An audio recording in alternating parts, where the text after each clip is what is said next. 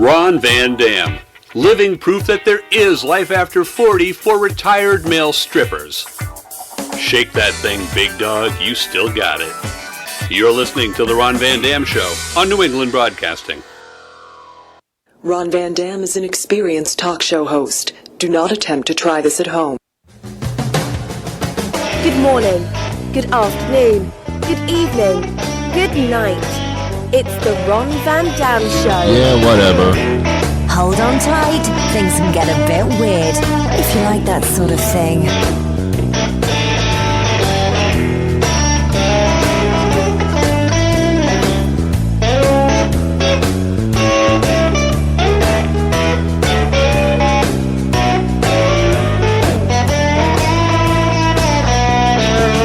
Hey, welcome to the program. It is the Ron Van Dam Show. Thanks for being here. Make yourself comfortable. Not like that. Not that comfortable. Hey, take it easy. Take it easy, man.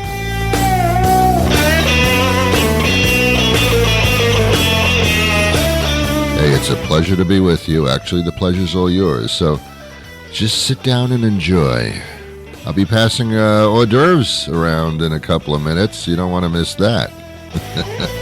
How's he going to do that? It's a radio show. Believe me, he can do it.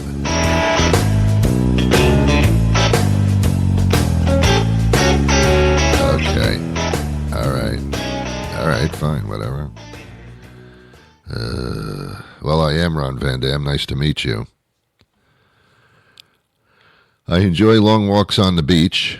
That's in everybody's profile, isn't it? Do you have one of those dating profiles? You know those things, the plenty of meat. What do you call that thing? Oh, plenty of fish. You swipe left, you swipe right, swipe up, swipe down. I don't know what that means. I don't know how to do that.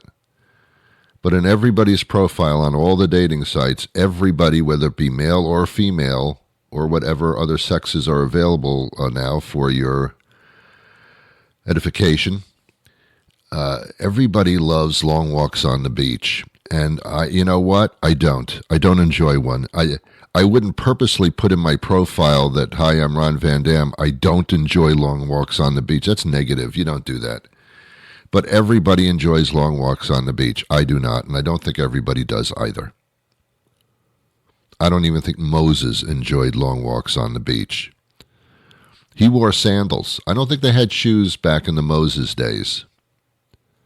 I think they all had sandals, aptly named after the fact that you trudge around in them in the sand. But I wonder if in what's it the possessive of the word Moses? Moses's. Mosai? I don't know what it would be. I don't think on Moses's dating profile he said he liked long walks in the desert. I don't think he did. I don't think he did, nor the rest of the Jews that he led through there. How did that happen, by the way? What do you want to do today, Abraham? I don't know, Irving. What do you want to do? Moses is running a tour of the desert on Thursday at 6 o'clock in the morning. I don't want to get up that early, but he's a good tour guide. Last week, we went on a tour in the desert. We ended up at a mountain, and he actually received the 10 Commandments from God. It was a thing. It was fun. Good time. Nice tour. We each got to carry a commandment back to the car. It was fun. So Moses would take people on tours in the desert. They'd walk in the desert, and they'd put it on their profile. We enjoy long walks in the desert. I don't enjoy long walks on the beach. I really don't. Because there's nothing happening. There's nothing going on. You're just the scenery's the same. Here's the sand. There's the ocean. It all looks the same. I mean, I don't know where I am because it all looks the same. How long is a long walk on the beach? To the point where you turn around and you go back to your car. That's the problem with a long walk on the beach. Once you get to the other end of the beach, what do you do then? You have to walk all the way back. It's a lot of walking, and I'm not into it. But everybody on every profile on their dating site profile say that they like long walks on the beach. As a matter of fact, if you don't say that you like long walks on the beach, you'll never, ever connect with anybody. It's a requirement. Do you really enjoy long walks on the beach? I hate them. Why is it on your profile? It's because you have to. It's the law. The beach is very, very boring. The only thing that can happen when you're walking down the beach is either you cut your foot on a seashell, which has happened to me before, or you see a beached whale. And what do you do with that? You know, what do you do? What do you do? If you're by yourself and you're taking a long walk on the beach, I don't know how to save a whale. I did save like 30 whales in my lifetime. I had to get storage space in one of those storage things, you know, the big storage buildings. Yeah, too many whales. Yeah, whales, in order to breathe, they have a blowhole. That's not an attractive thing to have. Yeah, I'm having trouble breathing today. I don't know, something going on with my blowhole. I have to see my blowhole doctor. I got something going on in my blowhole. I think it's swollen. I think I got a swollen blowhole. Hey, if you had a blowhole, I'm not sure that even if you took long walks on the beach, that someone would go out with you. Yeah, he takes long walks on the beach, but he's got this really small blowhole. I don't think so. You know what I don't understand about the dating site? Well, dating site's different. You put on your profile, you put a picture of yourself up there. It's never you. It's never you.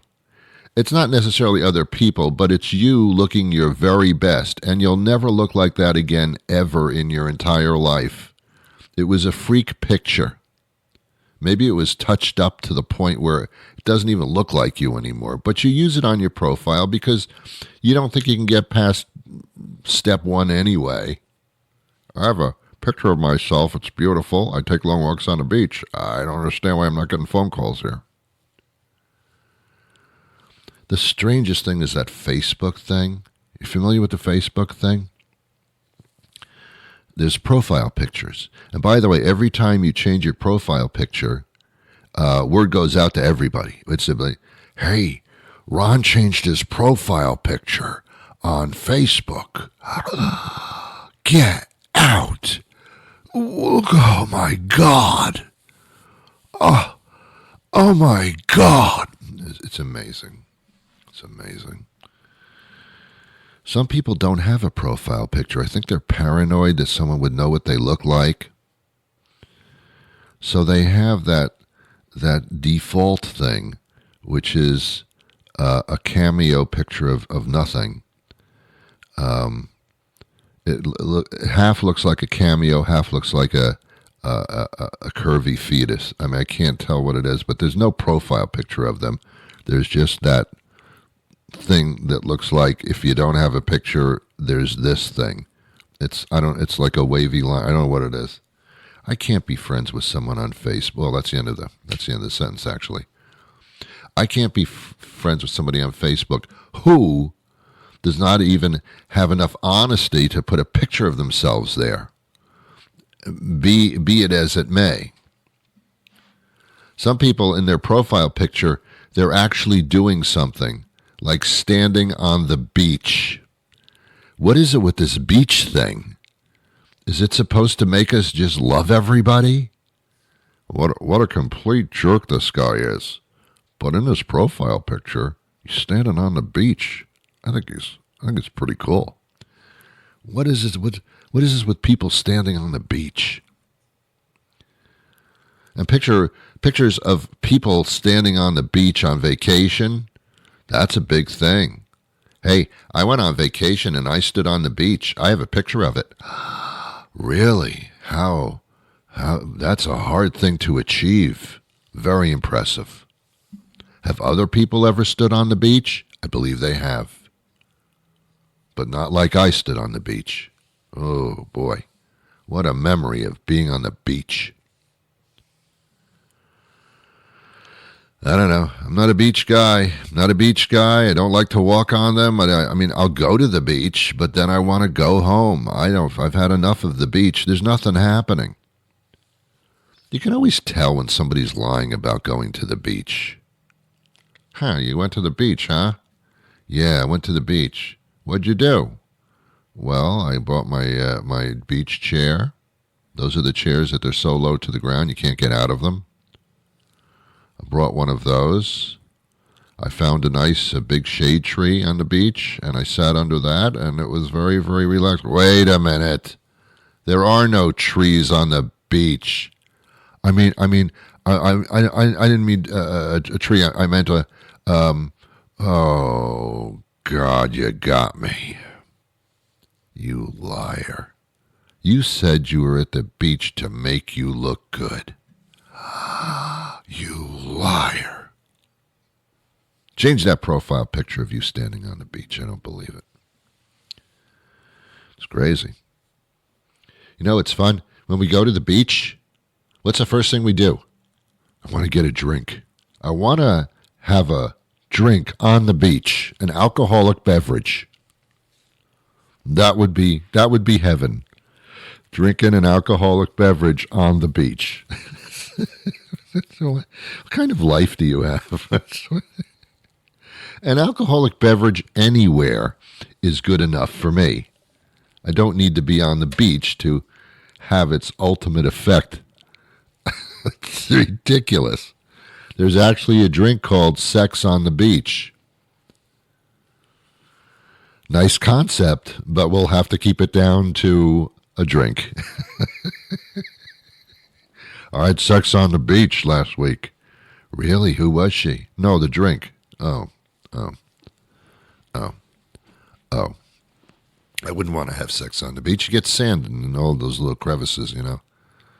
And oh my, yeah. That's the problem with the beach. You bring the beach home with you. You do. As soon as you walk inside your apartment or your house, now there's sand all over the floor. You take a shower. Hey, how did sand get in there? How did that happen? You got sand up your ass. How did that happen? I had a bathing suit on. Now there's sand in there. Sand is like glitter. Did you ever go to a party where they had glitter, and then you find glitter in your house for the next 37 years? Not 40, 37 years. Glitter just doesn't go away. It sticks to everything. It's like sand. Sand does that. Like sands through the hourglass, so are the days of our lives. That is so deep. It's the opening of a television soap opera. Soap opera, right? I'm not going to get into that. My mother used to watch soap operas. On in the afternoon, on the networks. As the World Turns. General Hospital. People in the world who are sick and go to the hospital and have relationships and stories. Another World. Not this one, another one. All My Children. All of them. Susan Lucci. She was one of my children. My mother used to watch soap operas. She would have to be home at a certain time during the day. Was General Hospital, 3 o'clock in the afternoon on ABC. Oh, I remember it well. I don't know if it's still on. I have no idea. A lot of them have disappeared. But back in the day, I don't know what day, I think it was Tuesday, back in the day, soap operas were the big thing. And, yeah, my mother would run to the television at 3 o'clock because you weren't able to tape shows back then. I mean, some people had these tape video recorders, but my mother wouldn't know how to operate that. I didn't even know. Well, I did know, but she didn't know. But so she had to run home and watch it. And she was just glued to the TV. And I said, Mom, you realize that if you miss like 30 or 40 episodes, nothing would have happened in the meantime. You didn't miss anything. She says, I know that. I'm just, it's a thing. It's a habit. I'm just attached to it. Like cocaine. She didn't do cocaine. I was trying to think of something that was habitual, and that was the best I could come up with. She was adorable. She was really adorable. She loved her General Hospital. She just loved that. I said, Mom, what is General Hospital about? Is it everybody who's sick in hospital beds? Is that what it is? Everybody holding on to life because of some accident? Is that what that is, General Hospital? Is it a reality show? I said, no, Ron. No. Yeah, she had her habits. She was a nun. It's a joke. She was not a nun. Nuns wear habits. I don't know what a habit is. Well, I have some habits. They're usually bad habits. But for some reason, nuns dress in habits. I don't know why we take these words and we make them so different. So many different meanings for the same word. Couldn't we just change the word instead of having so many meanings for the same word? Stupid. It's just stupid. Anyway.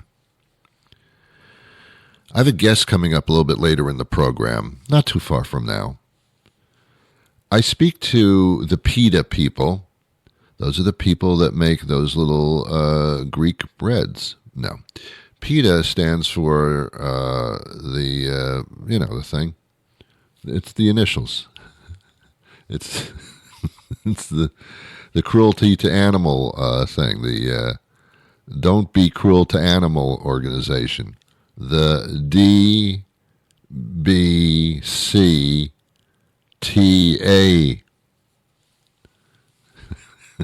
organization. I'm on board with them, man. I have a dog. She's an animal. I can't imagine her being treated like we treat animals. It's awful. It's a conundrum because animals don't belong in captivity unless they're dogs. I mean, you have to really take care of them to bring them into captivity. Otherwise, we gawk at them.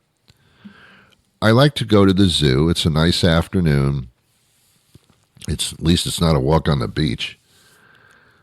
And but then when I'm looking at the animals, they're caged. They're like, what kind of life is that? It's jail. It's the same as a human being in jail. They'll feed you, but you can't move around. And you're stuck with all the other things in jail too.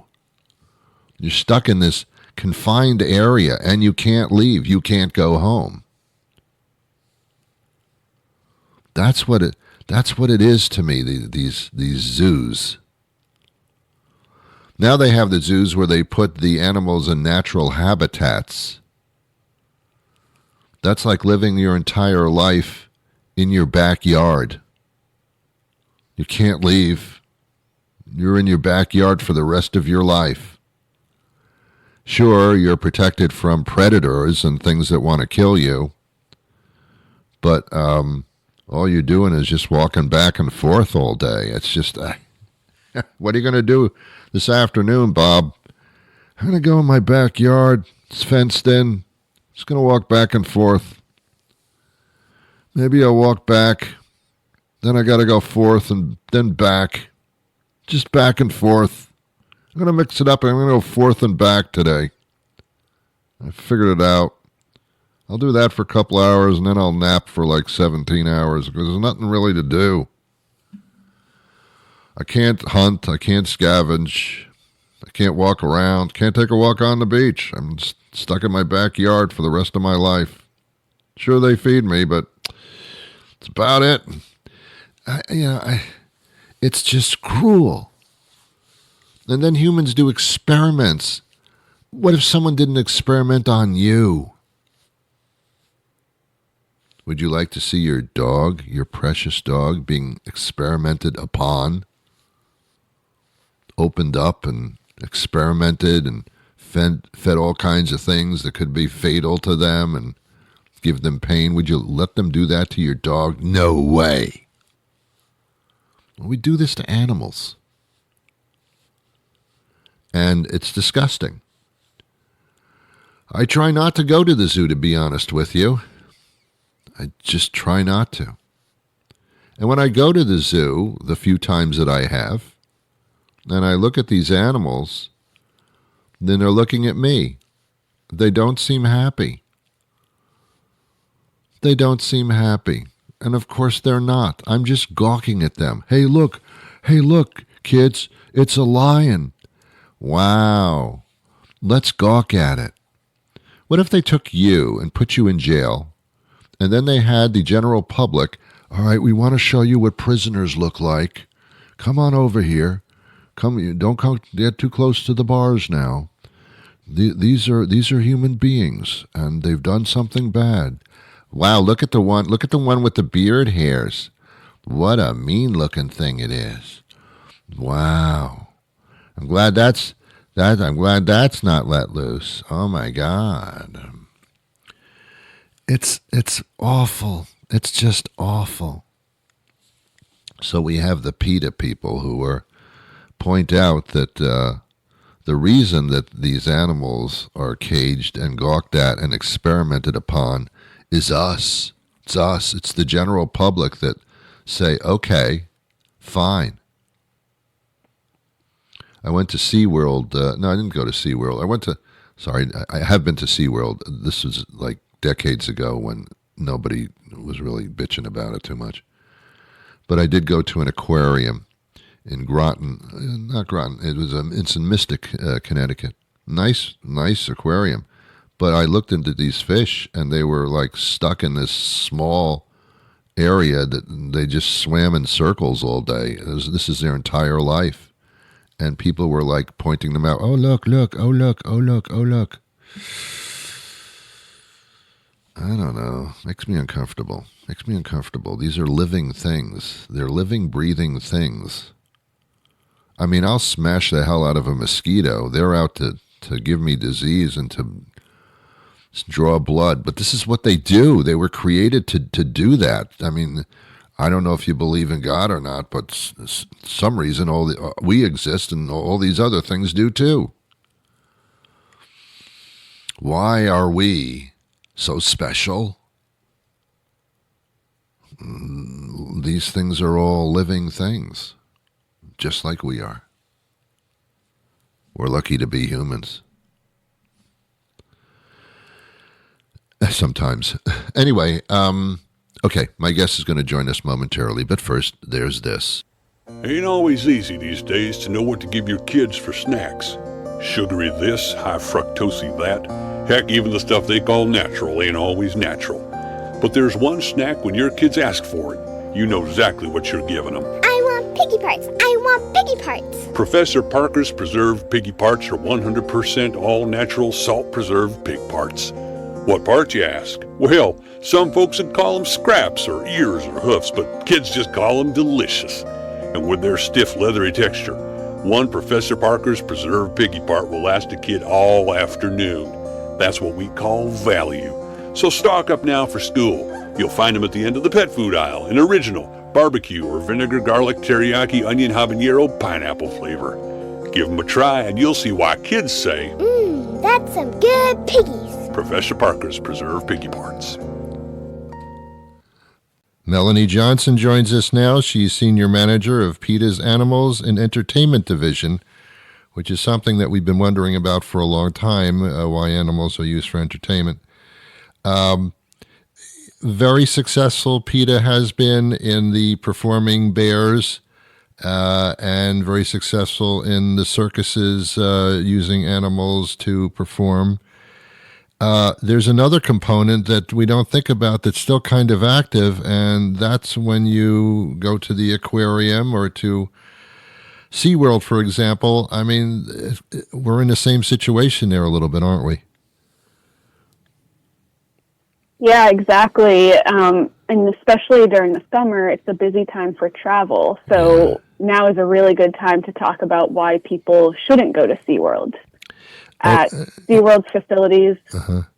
Oh, go ahead. Well, I was. Is there a difference between SeaWorld per se and aquariums where they put on seal shows, that kind of thing? Is there a difference?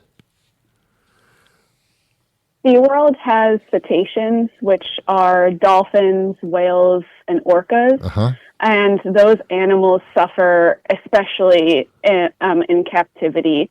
And at SeaWorld, in particular, more than 40 orcas, over 500 other dolphins and whales, and countless other animals have died. Oh, but the public doesn't know about that, do they? Right. And even just last week, actually, an 11-year-old orca named Camilla died at SeaWorld San Antonio, making her the 45th orca to die on the company's watch. And this was not from old age, I assume. In fact, in their natural homes, female orcas like Camilla could live to be 80 years old, but she died decades short of that. It's interesting because I think the public has the perception that if they're taken care of in captivity, that they can live even longer because the dangers of predators are out of the way, that kind of thing. But not the case, is it?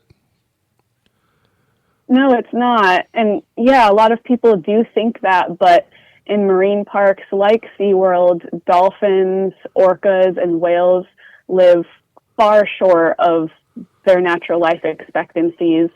Orcas at SeaWorld have died at the average age of 14 years old when they could live, male orcas until they're 60 years old, females until they're 80. Oh, my God. That's a hell of a difference there. Oh, okay. All right. Hey, is it SeaWorld specifically? Are there other types of SeaWorld things across the country and across the world? SeaWorld just happens to be the one that we know of. SeaWorld is the biggest marine park operator. It has the only orcas in the whole country, but there are other marine parks like the Miami Seaquarium, Marineland in Florida. They have dolphins and whales, and they're also suffering immensely there. I had mentioned sea lions previously because sea lions, that kind of show is in almost every aquarium. Is there a difference, or do we have to watch out for that too? We do have to watch out for that. You know, whenever animals, whether they're sea lions or orcas, whenever they're exploited for entertainment, they're suffering. And, you know, these animals are used for shows at SeaWorld, at other marine parks. And they too suffer, you know, they have eye damage from looking up at the sun all day. Some of them have blindness. Yeah, they suffer a lot at marine parks. Oh, wow. Oh, boy. I hate to say this, but it could be the fault of human beings why this even happens now, because we go to these things, we pay money, they make money, and SeaWorld does very, very well because of us. I guess we have to start looking at ourselves a little bit.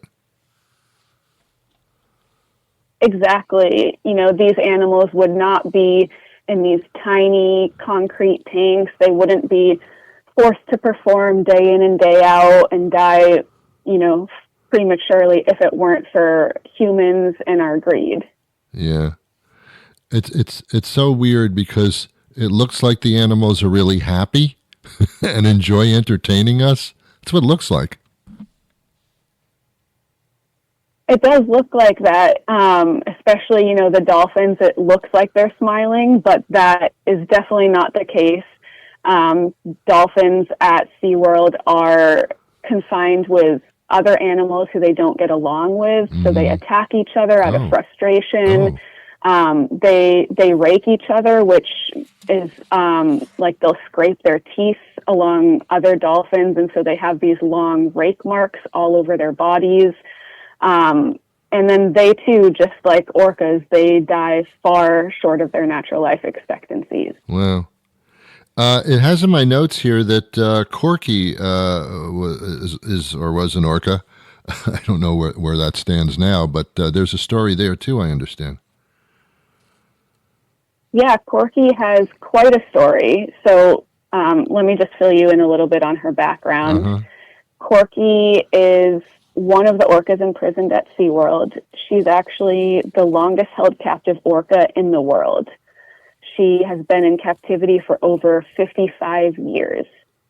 Back in 1969, when Corky was only 4 years old, she was violently torn away from her family and her ocean home off the coast of British Columbia, and that's when she was sold into captivity, where she was used for years as a breeding machine before being purchased by SeaWorld. And another fact about orcas is that they are devoted mothers who grieve the loss of calves deeply, but none of Corky's 7 babies survived past 47 days. Wow. Is there a way to see ocean life like this for a child to open their eyes to see what other animals look like and what they do, other than this type of entertainment venue? That's a great question. Children, of course, they have a natural love for animals, but they would never want to visit SeaWorld if they knew how much animals suffer there. Yeah. The good news is that people can see animals from a respectful distance in their natural habitats. For example, if you happen to live on the coast, you might be able to see dolphins swimming at the beach. I have seen them at Virginia Beach. People can go on a hike, visit a park or a nature preserve, go bird watching. And all of these activities allow you to see animals without intruding on or hurting them. I'll tell you what bothers me very much, Melanie. I went to an aquarium in New England locally recently, and there was a gigantic tank in the middle, and they had just about every type of ocean life in that one large tank, and it looked like a crowded rush hour traffic jam. And I thought, this is not the way it is. This is not the way it's supposed to be. And it kind of pissed me off. Right, that's not natural, cramming all of these animals into these tiny tanks for humans to gawk at. It's not natural, and we can all do our part by never going to facilities like this. Yeah, picture yourself inside a tank and having people watch you all the time in a little cage and see what you think other living things go through. Okay. Exactly. Melanie, how do we get more information on this thing? People can go to P.E.T.A.org to learn more about Corky and the other animals at SeaWorld and call on SeaWorld to release them to seaside sanctuaries. Okay, and I'll throw in that it's the viewing public that needs to adjust their heads, really. Okay, Melanie, we'll talk again, I'm sure. Thank you so much. Well, that'll do it for me today. I'm running late, man. I got to go take a walk on the beach, a long one. And change my profile picture. Ooh, God, that's a summary of what you were talking about today, isn't it? Yes, it is. Join me next time. But until that time arrives, I wish you peace.